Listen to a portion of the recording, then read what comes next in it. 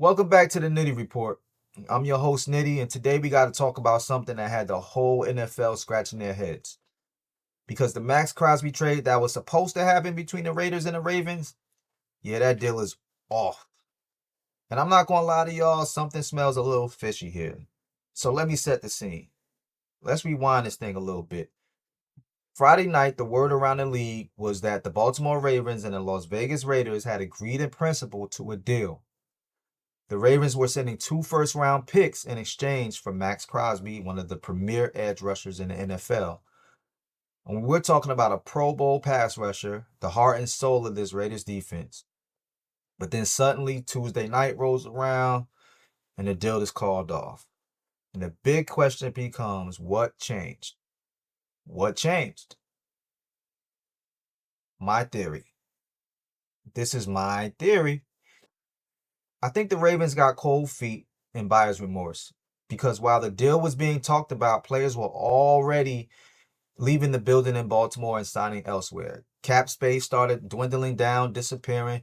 Depth chart started being decimated. And then somebody in that front office probably looked and said, you know what? Hold on a minute. We about to give up 2 consecutive first round picks for one player. That's when that buyer's remorse kicked in. Because once you send those picks out the door, the cupboard is bare. The cabinet is bare. There's no young talent in the pipeline, no cheap rookie contracts coming in. And that's a dangerous place for any franchise to be. So now, technically, nothing is final until the ink hits the paper. But let's be real here. When you agree in principle, there's a certain level of good faith involved that you have to act with.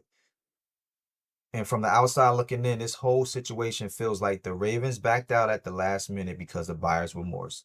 And to make things crazier, they go and sign Trey Hendrickson to a massive deal. Now, Hendrickson, he's a great pass rusher. He gets sacks. Don't get me wrong, but he's older. He's not the same type of complete edge defender as Max Crosby, and he's not exactly known for stopping the run. So you walk away from Crosby and you pivot to that. Yeah, that raises some eyebrows to me. So let's talk about the league impact. Moves like this set a bad precedent across the league because if teams start backing out of deals during the legal tampering period, I wouldn't be surprised if the NFL steps in and eventually tightens up the rules.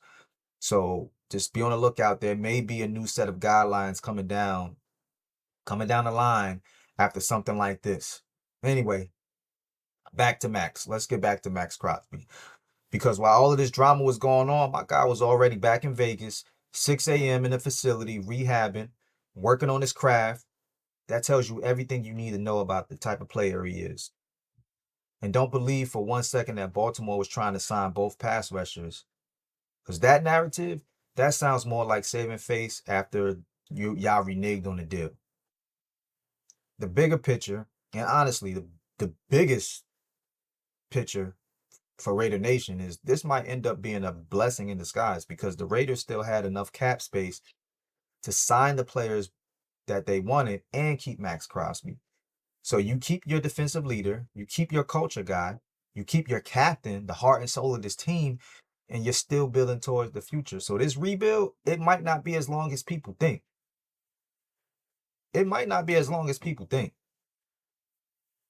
So Raider Nation, what do you think? Do you feel the Ravens got cold feet, or was it something else going on behind the scenes?